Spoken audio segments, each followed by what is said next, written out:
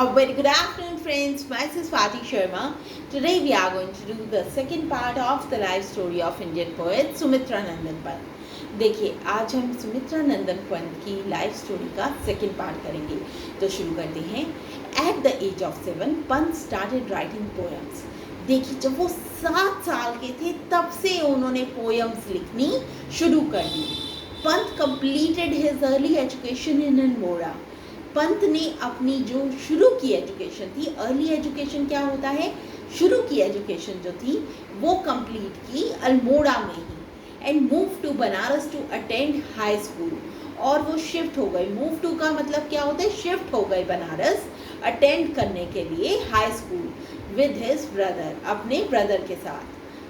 While he was studying at Queen's College in Banaras in 1918, he began reading the works of Sarojini Naidu and Rabindranath Tagore.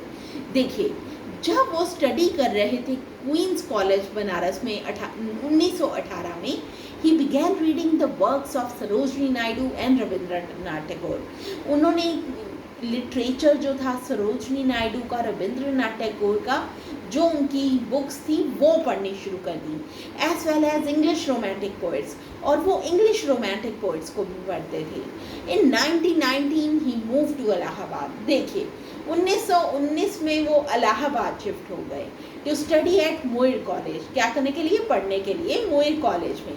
And graduated from Allahabad university. और उन्होंने graduation की Allahabad university से.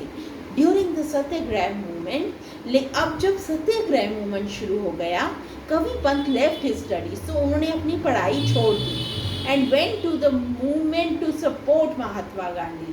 उन्होंने पढ़ाई छोड़ दी और जाकर ज्वाइन कर लिया महात्मा गांधी को सत्याग्रह मूवमेंट में. He could never continue his studies again. उसके बाद वो अपनी स्टडीज़ कंटिन्यू नहीं कर सके. बट एट होम, लेकिन वो घर पर पढ़ा करते थे. He continue to study Hindi, Sanskrit and Bengali literature. वो घर पर पढ़ते थे हिंदी, संस्कृत और Bengali literature. By about 1918, he was recognized as a leading poet of the new genre of India. देखिए, 1918 तक वो रिकॉग्नाइज हो गए कि वो पूरे फेमस हो गए as a leading poet. Leading होता है सबसे आगे, मतलब बहुत अच्छे पोएट के रूप में वो फेमस हो गए, हिंदी पोएट के रूप में फेमस हो गए.